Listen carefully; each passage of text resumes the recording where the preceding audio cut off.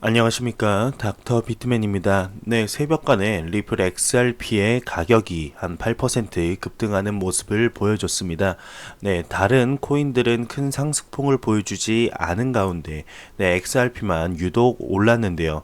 이 이유가 무엇일까 이제 봤더니 네, 이런 소식이 나왔습니다. 네, 코인베이스에서 이제 유저들은 XRP를 살 수 있다. 즉 코인베이스에 이제 XRP가 이렇게 상장을 한다는 굉장히 좋은 소식입니다. 코인베이스의 익스체인지 이제 사용자들은 내일부터 XRP를 구입하여 판매할 수 있다고 합니다. 크립토 익스체인지 코인베이스는 이제 시가총액 기준으로 세 번째로 큰 암호화폐인 XRP에 대한 지원을 시작했다고 하네요. 네, 참 오래 걸렸습니다. 2017년부터 네, 얘기가 나왔었는데 네, 그럼 일단 기사를 계속해서 넘어가도록 하겠습니다. 거래소는 월요일 전문 거래 플랫폼인 코인베이스 프로의 양도 전용 모드로 XRP를 상장한다고 발표를 했는데 이는 고객이 처음부터 토큰만 입금할 수 있다는 의미라고 합니다. 회사는 최소 12시간 후에 다른 거래 서비스를 활성화할 계획이지만 시간대는 가변적이라고 하네요. 처음에는 미국, 영국, 일부 EU 국가, 캐나다, 싱가포르 및 호주의 코인베이스 프로 고객이 XRP에 액세스할 수 있으며 향후 추가될 수 있는 다른 국가에 대한 지원도 하고 있다고 합니다. 코인베이스의 소매 플랫폼에 대해 지원을 시작을 하는데 필요한 확실한 일정이 주어지지 않지만 거래소는 일반적으로 코인베이스 프로에 대한 지원을 시작한 지 몇 주 이내에 비전문 사용자를 위한 암호화 프로그램을 시작한다고 합니다. XRP 리더는 이제 피어투피어 서버의 네트워크를 통해 구동이 된다고 하는데 이 네트워크의 모든 계정은 서로 XRP를 주고받을 수 있고 XRP는 두 당사자 간에 기본 피아트 통화를 보내는데 사용될 수 있다고 코인베이스 블로그 포스트는 덧붙였다고 합니다. 이런 방식으로 XRP는 미국 달러, 일본엔, 유로, 프랑스 등 XRP 네트워크에서 사용 중인 여러 통화와 관련된 거래에서 브릿지 통화 역할을 할 수가 있다고 하는데요.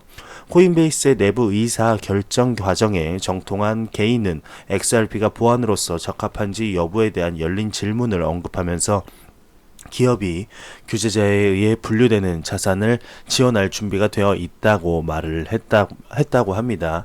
네, 그리고 밑에는 그렇게 네, 중요한 소식은 아닌 것 같아서 넘어가도록 하겠습니다.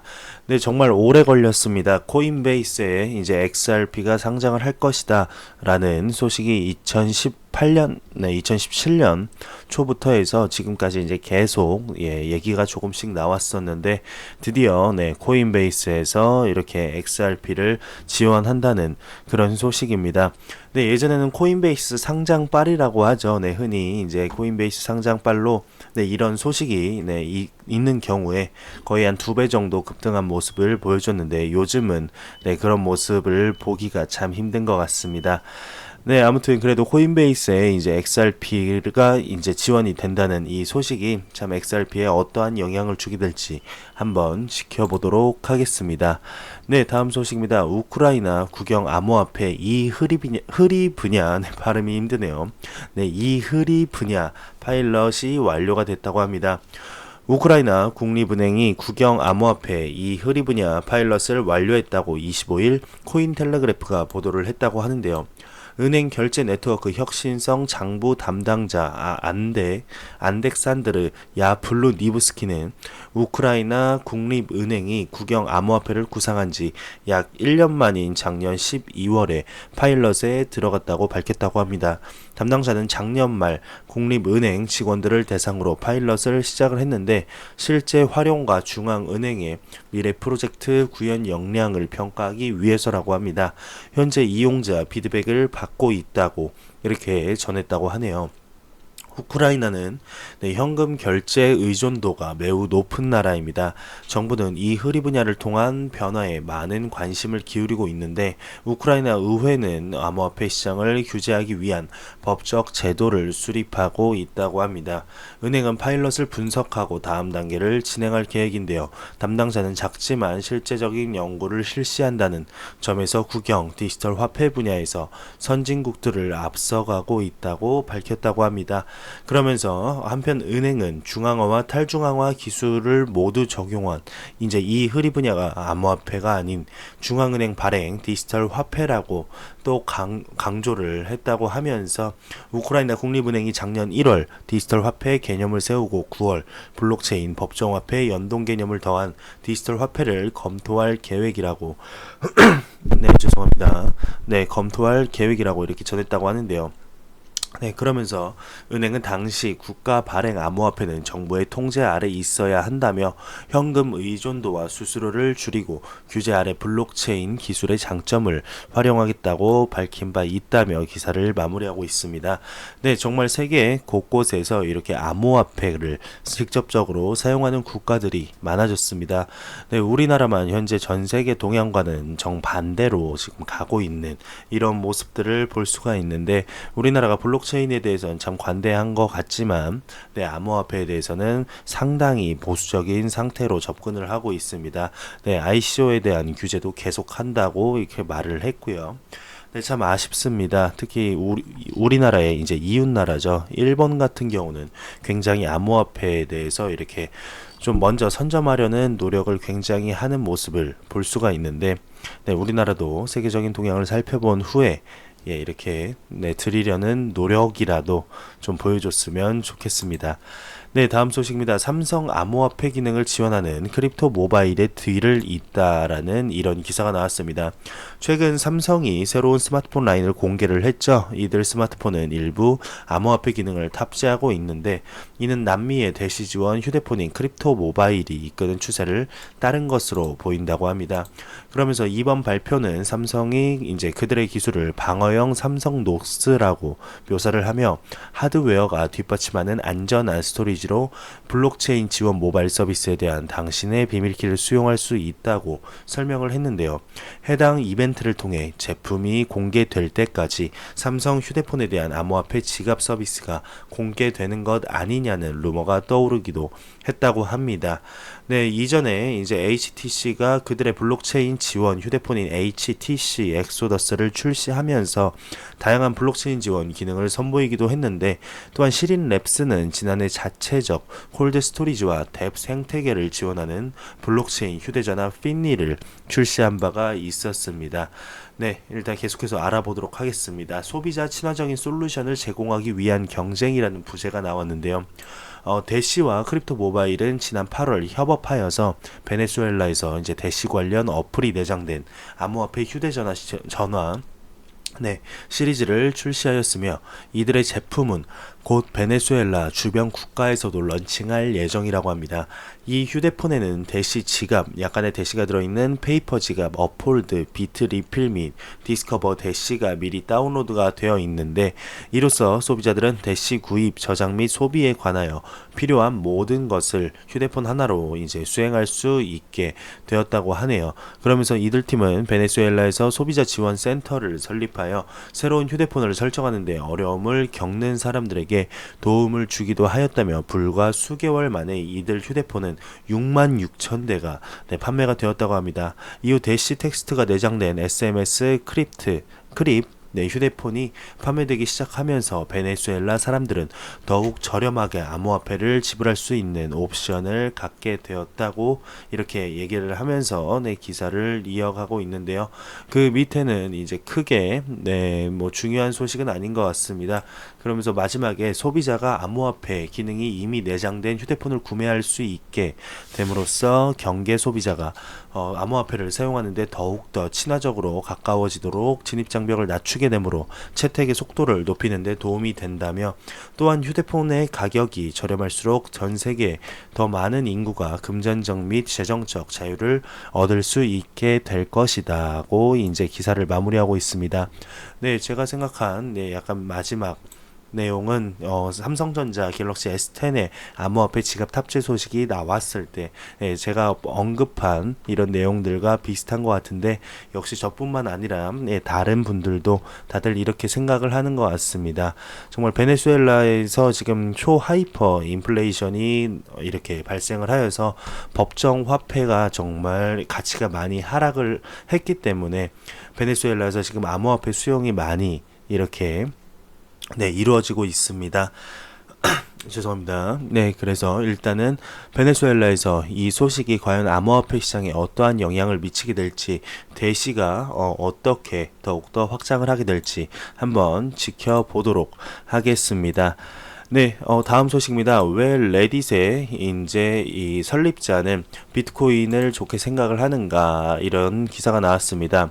레딧의 공동 발견자인 이제 알렉시스 오하니안 씨는 이제 비트코인이 사상 최고치에서 극적인 하락으로 투기꾼들이 이제 사라졌다고 말을 하면서 이것은 훌륭한 일이라고 얘기를 했다고 합니다.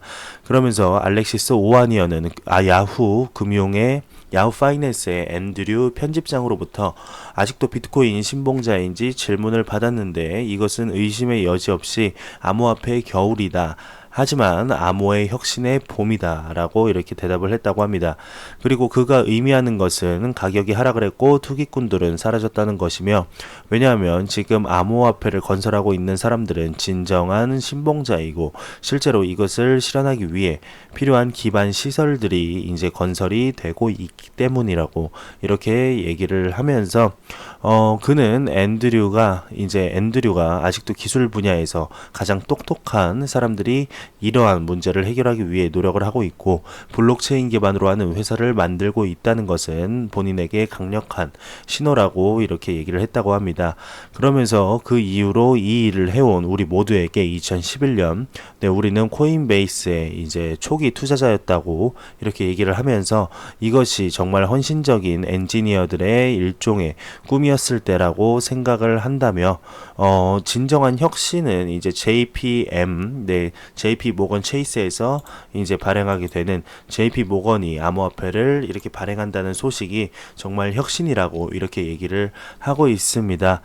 그 사람이 완전 사기라고 한지 불과 몇 년 뒤에 JP 모건이 먼저 암호화폐는 완전 사기다라고 언급을 했었죠. 몇 년 뒤에 인용될 것 같은데, 이런 것들이 지금 일어나고 있는 것이 진정한 혁신이 모든 엉뚱한 추측이 사라지고 있는, 지금 일어나고 있다는 것을 보여주는 것이라고 생각한다고 합니다.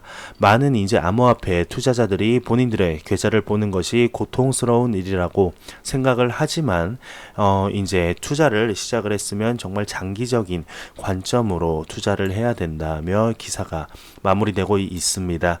네, 정말 많은 암호화폐 투자자분들 2017년 말에 들어와서 2018년 동안 굉장히 많은 하락장을 겪으며 아마 몸적으로 마음적으로 많이 지치셨을 것 같습니다. 근데 중국의 이제 비트코인 억만장자도 그러고 세계의 많은 비트코인 투자자 및 전문가들이 이렇게 언급을 하는 게 굉장히 장기적인 관점으로 봐야 하며, 적어도 3년에서 5년 뒤면은 꽃을 피울 것이다 라고 이렇게 언급을 하고 있고, 실제로도 가격은 떨어지고 있지만 기관 투자자들은 계속해서 이렇게 유입이 되는 상황입니다.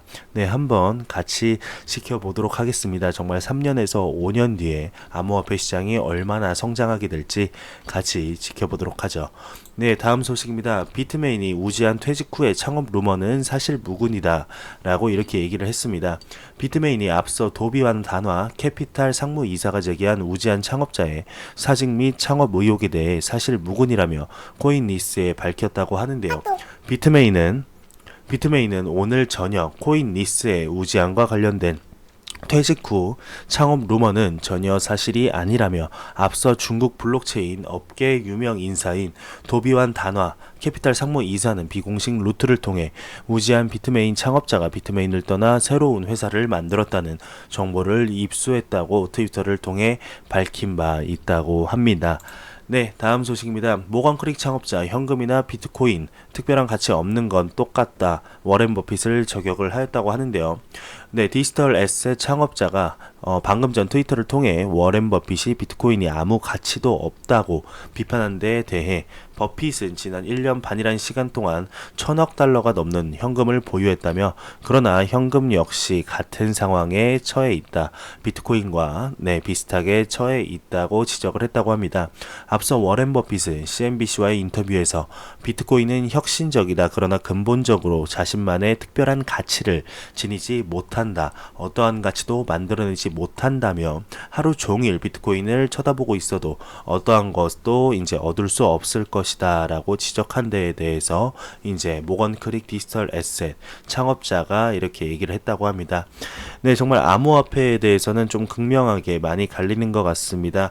지금 전통적인 금융업계에 종사하고 있는 분들은 암호화폐를 별로 좋게 달갑지 않게 생각을 하시는 경향들이 많고, 이제 IT 업계나 이런 굵직굵직한 IT 업계 CEO 분들은 암호화폐를 굉장히 좋게 생각을 하시죠. 시간이 지나면은 어떤 분들의 말이 맞는지 알게 될 것입니다. 한번 같이 지켜보도록 하겠습니다. 다음 마지막 소식입니다. 미 최대 외환 중개사 FXCM이 라이트코인 이제 CFD 상품을 출시했다고 합니다. 글로브 뉴스 와이어에 따르게 되면 최근 미국 최대 외환 중개사 FXCM 그룹이 라이트코인 차액 결제 거래 상품을 출시한 것으로 이제 나타났다고 하네요. 관심이 있으신 분들은 좀 더 알아보시면 될 것 같습니다. 제가 준비해온 소식은 여기까지입니다. 영상이 도움이 되셨다면 구독과 좋아요 그리고 광고 한 편만 처음부터 끝까지 시청해 주시기 바랍니다. 이 채널은 오직 광고 수익으로 운영이 되게 됩니다.